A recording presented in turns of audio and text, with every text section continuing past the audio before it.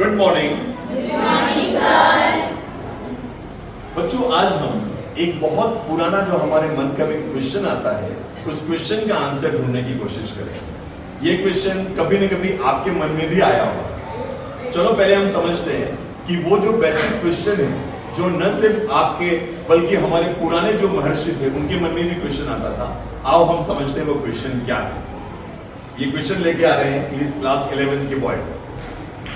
से पहले सत्य नहीं था, असत्य भी नहीं, अंतरिक्ष भी नहीं था, आकाश भी नहीं था, छिपा था क्या, कहाँ, किसने रखा था, उस पल तो अरम अटल जल भी कहाँ था। थैंक यू बच्चों। तो इन बच्चों ने जो एक छोटी सी कविता के माध्यम से आपको बताया है कि क्या क्वेश्चन है। क्वेश्चन ये है कि इस यूनिवर्स से पहले क्या था। जब यूनिवर्स नहीं था, जब पानी नहीं था, जब ये चांद तारे सितारे कुछ भी नहीं थे, तब इस दुनिया में क्या था। इस क्वेश्चन का आंसर जब हमारी ज्योग्राफी के कई जो ज्योग्राफी के जानकार है उन्होंने ढूंढा तो उन्होंने एक थ्योरी दी जिसको हम बोलते हैं द बिग बैंग थ्योरी। आज हम बिग बैंग थ्योरी का अध्ययन करें। तो द बिग बैंग थ्योरी जो आज का हमारा टॉपिक है। ओके, तो बच्चों ये जो यूनिवर्स है, ये यूनिवर्स कैसे ओरिजिनेट हुआ, इसके लिए बहुत सारी थ्योरीज हैं और उनमें से एक थ्योरी है द बिग बैंग थ्योरी। क्या हुआ था बिग बैंग थ्योरी?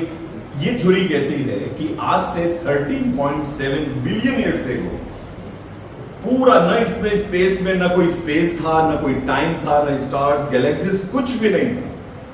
तब एक छोटा सा टाइनी बोल, बहुत बहुत छोटा, बहुत हाई डेंसिटी का, उसको हम बोलते हैं सिंगुलरिटी। और उस सिंगुलरिटी के अंदर एक बहुत जबरदस्त एक्सप्लोजन हुआ। उस एक्सप्लोजन को ही हम बिग बैंग बोलते हैं। कब हुआ था ये? 13.7 बिलियन ईयर्स के।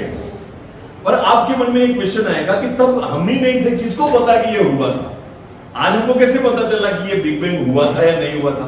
आओ इसको समझने के लिए मैं आपको एक साइंस की थ्योरी समझाता हूं। उस थ्योरी को समझने के लिए आप ये साउंड की क्लिप देखिएगा।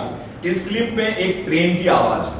आप बताइएगा वो ट्रेन का मूवमेंट कैसा हो रहा है। Yes, listen carefully.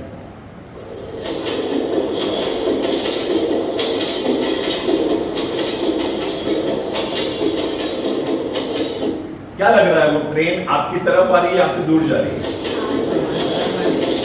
वापस सुनिए।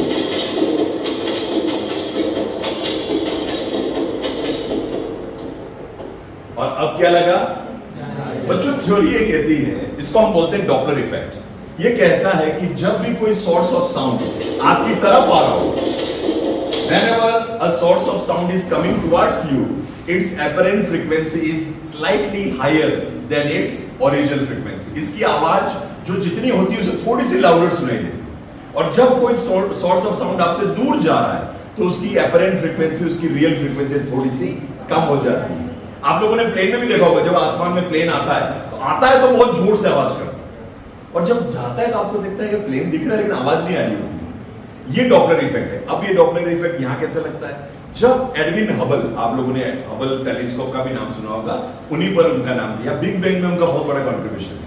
तो एडविन हबल जब अपने टेलीस्कोप से देखते थे तो उन्होंने देखा कि यही जो साउंड की बात है वो लाइट पे भी अप्लाई करती है।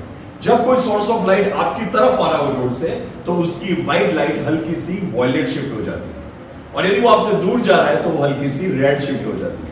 अब ये बहुत टेक्निकल ज्यादा हो गया, कोई बात नहीं। आप ये समझिएगा कि जब उसने टेलीस्कोप से देखा सारे स्टार्स गैलेक्सी को तो सारी गैलेक्सीज रेड शिफ्ट दिखा रही थी, मतलब सारी गैलेक्सीज दूर दूर जा रही थी।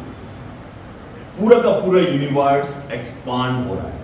इस थ्योरी को एक्सपांशन ऑफ यूनिवर्स थ्योरी भी कहते हैं। आपको लग रहा होगा कि कोई किसी से दूर जा रहा है तो किसी के पास जा रहा होगा, ऐसा कैसे एक्सपांड हो रहा है? तो एक्सपांशन को समझाने के लिए मैं बुलाना चाहूंगा प्रणय क्लास 11 को। ये आपको बताएंगे।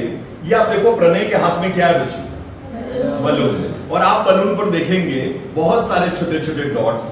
यहां पर बलून यूनिवर्स को रिप्रेजेंट कर रहा है और ये छोटे छोटे डॉट्स किसको रिप्रेजेंट कर रहे हैं? गैलेक्सीज और स्टार्स। अब प्रणय इस बलून को फुलाएगा।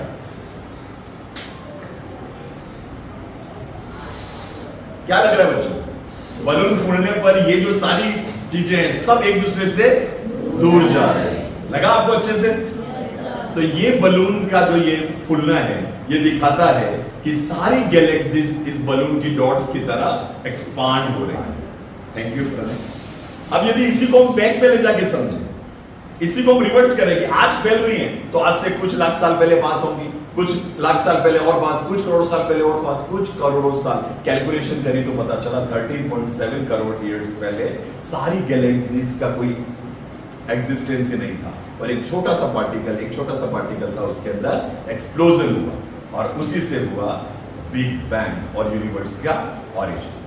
अब हम समझेंगे इस बिग बैंग हमने देखा 13.7 बिलियन ईयर्स पहले हुआ था और उसके बाद की स्टेजेस को बहुत अच्छे से ड्रॉ करके हम लोगों ने आपके सामने प्रेजेंट किया है क्लास 11 की। ये देखिए 13.7 billion years ago big bang हुआ था, एक बहुत बड़ा एक्सप्लोजन। नेक्स्ट उसके बाद उसके 3 मिनट के अंदर अंदर एटम्स बनने लगे। वो जो एनर्जी थी वो एनर्जी मास में कन्वर्ट हुई। पहले प्रोटॉन, न्यूट्रॉन, इलेक्ट्रॉन सब एटॉमिक पार्टिकल्स बने और उनसे बने एटम्स। और उसके बाद with in 3 lakh years, 3 lakh साल के अंदर टेम्परेचर धीरे धीरे कम हुआ। कितना कम हो गया? 4500 केल्विन तक टेम्परेचर आ गया और यूनिवर्स ट्रांसपेरेंट हो गया। उसके बाद हम देखते हैं स्टार्स का डेवलपमेंट हुआ। इसके बाद ये जो हाइड्रोजन गैस के बबल थे, जो नेबुला बोलते हैं हाइड्रोजन गैस के क्लाउड को, उसमें ग्रेविटी के कारण कंप्रेशन हुआ और उसमें न्यूक्लियर फ्यूजन रिएक्शन हुई। अभी तक जो यूनिवर्स डार्क था उसमें लाइट बनने लगी न्यूक्लियर फ्यूजन से और ये बने स्टार्स एंड गैलेक्सीज। इसके बाद आप देख सकते हैं 5 से 5.6 बिलियन ईयर्स एगो आज से बनने लगे हमारा सोलर सिस्टम।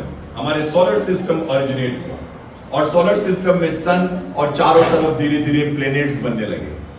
प्लैनेट्स बनने का टाइम जो है next about 4.6 billion years ago, आज से लगभग 450 करोड़ साल पहले हमारा अर्थ बने, सोलर सिस्टम बना, सारे प्लैनेट्स बने।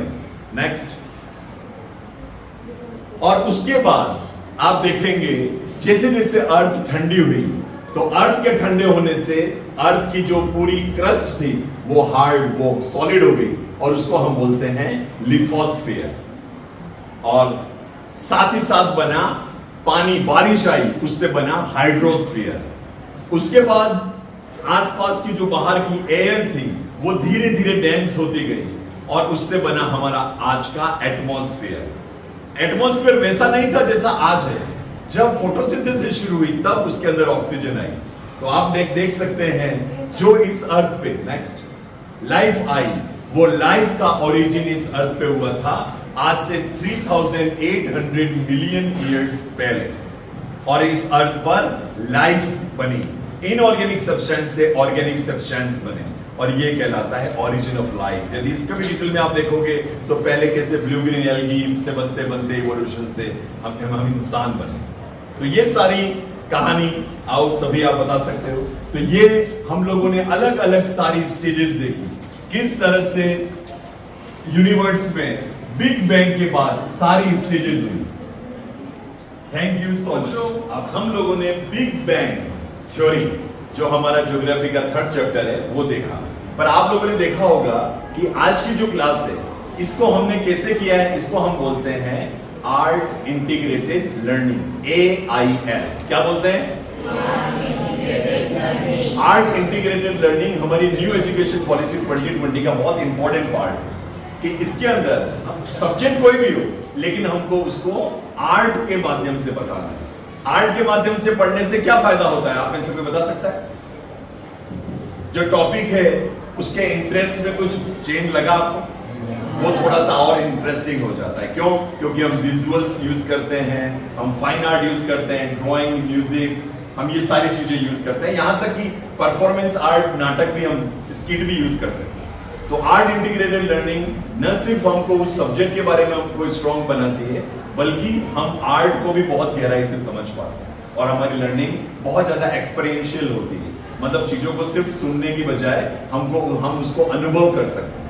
तो ये हमारा आज का पूरा क्लास रही।